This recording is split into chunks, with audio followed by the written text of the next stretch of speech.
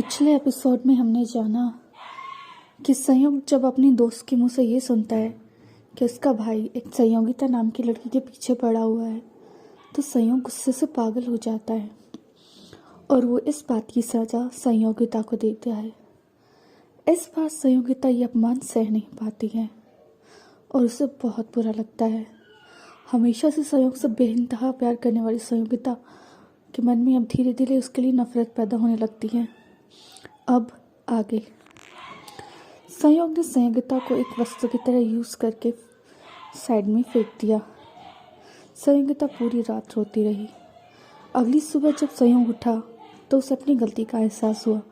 उसने नशे और गुस्से में संयोगिता के साथ क्या कर दिया था।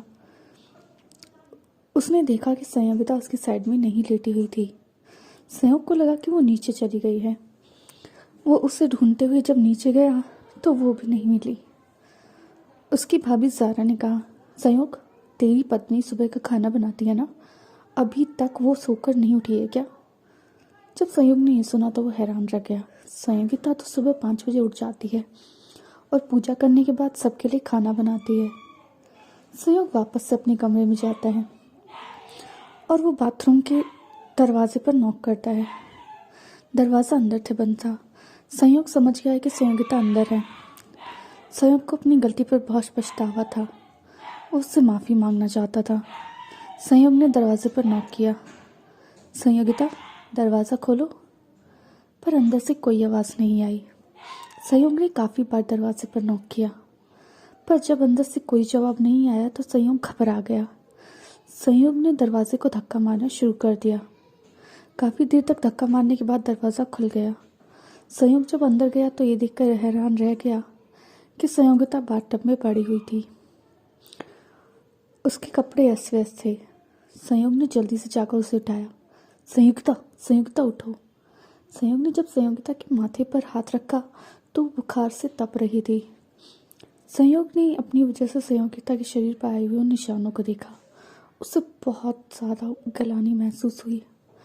आज पहली बार उसका दिल किसी के लिए इतना दुखा था। वो उसकी गलती थी कि उसने अपनी पत्नी के साथ ऐसा व्यवहार किया, पर वो उस जलन को नहीं संभाल पाया था। वो बस जानता था कि संयोगिता उसकी है। कोई उसे देखे, कोई उस पर हक जताए, उसे ये पसंद नहीं था। संयोग ने संयोगिता को बाथटब से निकाला और जल्दी से उसके कपड़े बदले। उसके बाद उसने डॉक्टर को फ़ोन किया। डॉक्टर जब आए तो उन्होंने कहा कि इनकी तबीयत बहुत ख़राब है और इन्हें कुछ इंटरनल इंजरी भी हो गई है। क्या आपने इन्हें बहुत बुरी तरीके से ट्रीट किया था? इस लड़की की उम्र बहुत कम है, आपको उसे अच्छे से ट्रीट करना चाहिए था। जब संयोग ने ये सुना तो उसे बहुत दुख हुआ। अपने गुस्से में उसने ये क्या कर दिया था।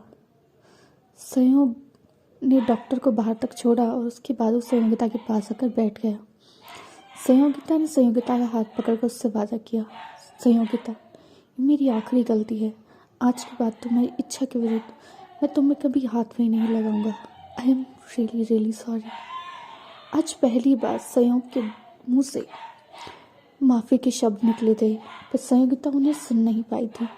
वो बेहोशी की हालत में थी।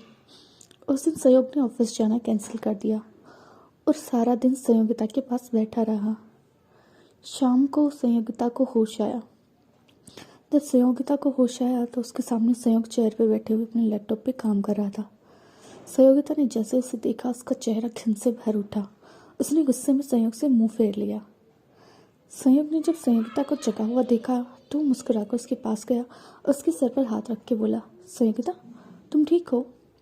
संयोगिता ने गुस्से से उसका हाथ दूर फेंक दिया और चिल्लाई, मुझसे दूर रहिए। आज पहली बार संयोगिता ने उसके खिलाफ आवाज़ उठाई थी। संयोग जानता था ये उसकी गलती थी। उसे नहीं पता था कि उससे क्या कहे। उसने कभी किसी को नहीं मनाया था और ना ही उसे मनाना आता था। संयोग ने बस इतना कहा, अच्छा, मैं तुम्हारे लिए सूप लेके आता हूँ। संयोगिता ने गुस्से से कहा, मुझे आपकी चिंता की कोई ज़रूरत नहीं। आपके लिए मैं सिवाय एक सामान के और कुछ भी तो नहीं हूँ ना। तो इस सामान को इस्तेमाल करने के बाद ये ठीक है या नहीं है, इससे आपको क्या फ़र्क पड़ता है? जब संयोग ने संयोगिता की इन बातों को सुना तो उसके दिल में तेज दर्द हुआ, पर उस समय हालात ऐसी थी कि उसे नहीं समझ आया कि उससे वो क्या कहे। संयोग वहाँ से चला गया। वो समझ चुका था कि संयोगिता उससे इतनी नाराज़ है कि अब वो उसकी शक्ल नहीं देखना चाहती है। संयोग जाकर स्टडी रूम में बैठ गया। उसके बाद उसने अपने दीवार पर अपने हाथ को बहुत बार मारा। उसे अपने आप से घिन हो रही थी। उसने अपने गुस्से में क्या कर दिया, पर वो नहीं संभाल पा रहा था खुद को। उससे नहीं बर्दाश्त हो रहा था कि कोई संयोगिता को उससे दूर ले जाए। संयोग ने खुद से कहा, मैं उससे प्यार नहीं करता, वो बस मेरी जिम्मेदारी है।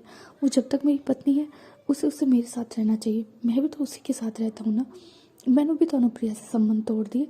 मैं भी तो किसी लड़की के साथ नहीं रहता। तो संयोगिता को भी सिर्फ जब तक हमारी शादी है मेरा ही होकर रहना चाहिए।